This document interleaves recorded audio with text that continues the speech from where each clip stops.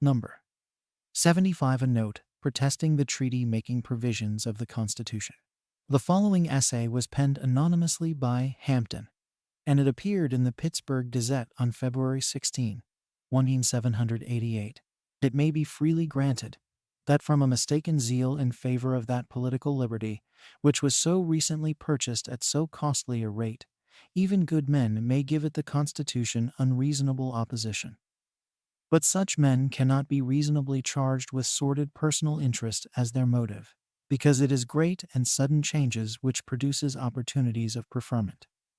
But that class of men who, either prompted by their own ambition or desperate fortunes, are expecting employments under the proposed plan, or those weak and ardent men who always expect to be gainers by revolutions, and who are never contented, but always hastening from one difficulty to another, may be expected to ascribe every excellence to the proposed system, and to urge 1,000 reasons for our real or supposed distresses, to induce our adopting thereof.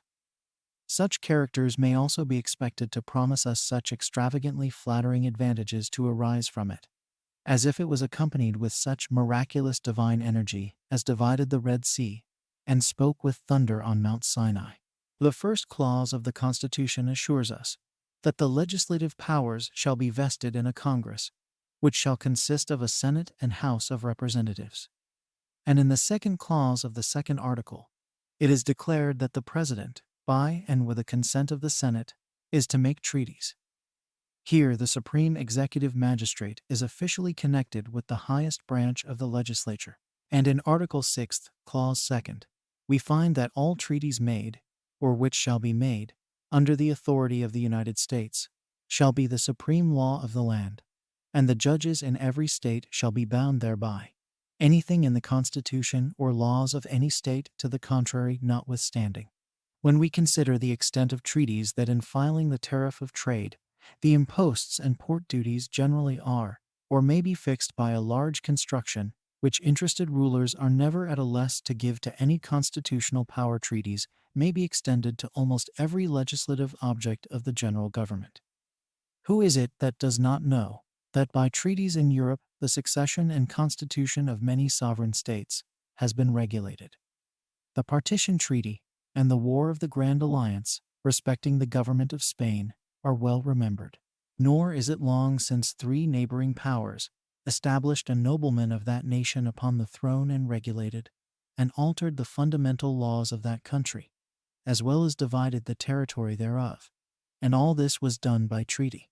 And from this power of making treaties, the House of Representatives, which has the best chance of possessing virtue and public confidence, is entirely excluded. Indeed, I see nothing to hinder the President and Senate, at a convenient crisis, to declare themselves hereditary and supreme, and the lower house altogether useless, and to abolish what shadow of the state constitutions remain by this power alone. And as the President and Senate have all that influence which arises from the creating and appointing of all offices and officers, who can doubt, but at a proper occasion they will succeed in such an attempt? And who can doubt, but that men will arise who will attempt it? Will the doing so be a more flagrant breach of trust, or a greater degree of violence and perfidy, than has already been practiced in order to introduce the proposed plan? Of the same kind, and full as inconsistent and dangerous, is the first clause of the second article, compared with the second clause of the second section. We first find the President fully and absolutely vested with the executive power, and presently we find the most important and most influential portion of the executive power, e.g., the appointment of all officers, vested in the Senate, with whom the President only acts as a nominating member. It is on this account that I have said above that the greatest degree of virtue may be expected in the House of Representatives. For if any considerable part of the executive power be joined with the legislature, it will as surely corrupt that branch with which it is combined, as poison will the human body.